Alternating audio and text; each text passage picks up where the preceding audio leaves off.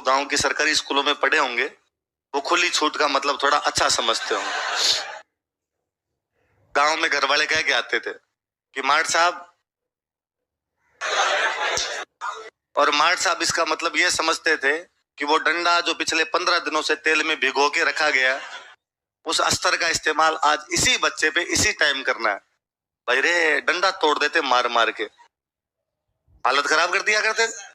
मुझे कई बार लगता है आजकल जब मम्मी पापा को देखते हैं कि मम्मी पापा कितना प्यार करते हैं अपने बच्चों से, कितना जीव रखते हैं, तब लगता है अपने वाले आतंकवादी है, साधारण लोग तो नहीं है यार। मतलब स्कूल में मार साहब से पिटवाते और घर पे आके कहते कि मार साहब ने पीट दिया, तो घर वाले और ठोक लेते, घर वाले कहते हम और पीटेंगे। ये परंपराएं थी। पिछली वाली पीढ़ी क्या, उसने अपने पिछली वाली पीढ़ी से सीखा, उसने उससे पिछली वाली पीढ़ी से। मार साहब क्यों, अड़ोसी पड़ोसी ठोक जाता यार, चलता, बच्चे कोई पीट सकता था, उसके अंदर तो कोई लेना देना ही नहीं था। पर घर वाले भी लोड नहीं लेते, ये पीट दिया तो पीट दिया, क्या फर्क पड़ता है। कोई मरमुरा जाता तो ही मुझे लगता है घर वाले लोड नहीं लेते। पहले डोकरों कॉन्फिडेंस था कि भुजाओं में दम है, कहाँ कमी है। ईश्वर की लीला अपरंपार है। एक आधा देश के काम भी आ गया तो आ गया, क्या फर्क पड़ता है। खूब सारे टाबर। अब आजकल क्या लोगों के टाबर होता है, एक होता है तो पूरा ध्यान रखना पड़ता है। अब तो मतलब मैं कई बार देता हूँ यार कि घरों में लोग बच्चों को पापा आप कहते हैं, मतलब पापा कहते हैं आप इधर आइए, आप जाइए, आपने खाना खा लिया। मुझे लगता है मेरे पापा किसी दिन मुझे कह दे कि आपने खाना खा लिया, मुझे आप कह दे, मैं हार्ट अटैक से मर जाऊं। मुझे याद तो लगे कि हाथ में किसी आत्मा का प्रवेश हो चुका है। आप मेरे पापा नहीं हो सकते, पर या मैं खुशी से मर जाऊं। यार ऐसे कैसे हो सकता है कि मेरे पापा मेरे को क्या कह दे, आप कह दे। मतलब आजकल तो टाबर पापा घर में घुसे तो जा गले में लिपटा, डैडी आ गए, डैडी आ गए। मगर हमारे तो मामला ही अलग था, पापा अंदर तो अपने बाहर, अपने अंदर तो पापा। दो तलवारें एक म्यान में नहीं रह सकती।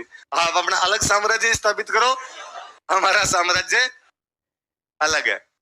वरना मुझे याद है कि यहाँ आज से 6-7 साल पहले की बात है, जयपुर में एक अच्छी किसी कॉन्वेंट स्कूल में 7वीं क्लास का एक बच्चा क्लास से बंक मार के घूम रहा था। पीटीआई सर होते हैं, पीटीआई, उनका काम पीटना ही होता है। नाम गेम्स टीचर है, बाकी पीटते ही है, और तो क्या करते हो। उन पीटीआई सर ने उस बच्चे को देख लिया, इधर आ, कहां घूम रहा है तू, 11 बज रखे, तेरे तो क्लास का टाइम है। कौन सी क्लास चल रही है, हिंदी क्लास चल रही है तेरे। तो बच्चे ने कहा इधर तो बहाने बनाए, सर मैं तो वॉशरूम आया था, सर कॉपी लेने के लिए आया था, मुझे सब पता है कितनी देर से इधर उधर घूम रहा है, और मैं आज प्रिंसिपल सर को तेरी शिकायत लगाऊंगा और तेरे पापा को बुलाएंगे कल।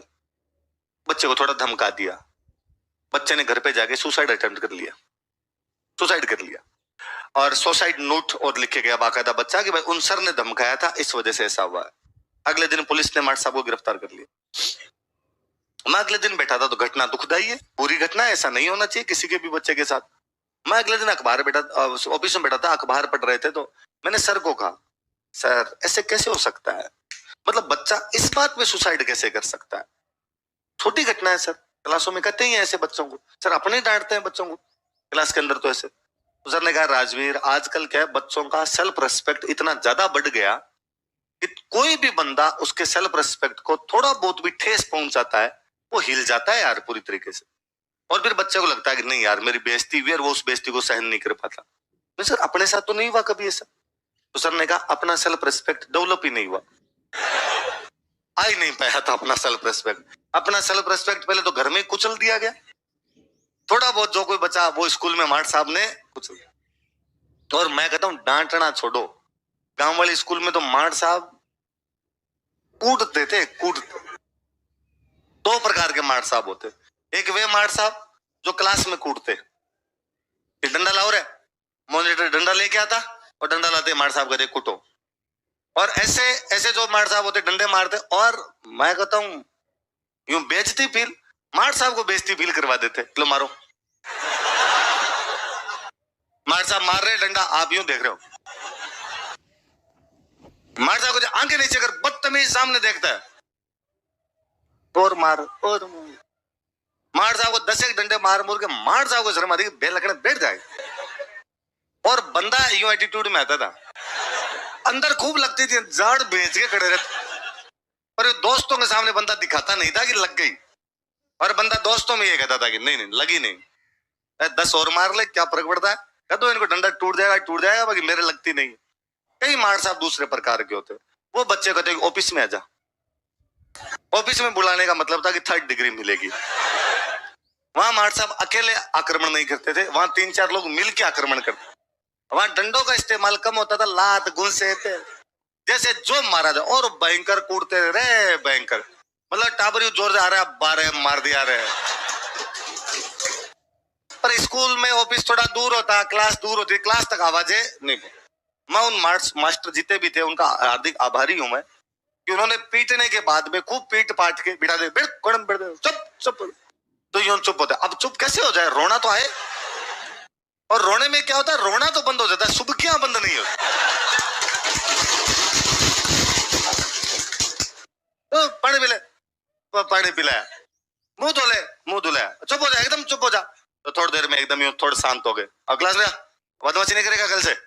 अब क्लास में बंदा इतने कॉन्फिडेंस के साथ आता था, यूं आराम से, और यूं दोस्त देखते, दोस्तों की नजरों से ही पूछते कि भाई क्या हुआ, उधर ले गए,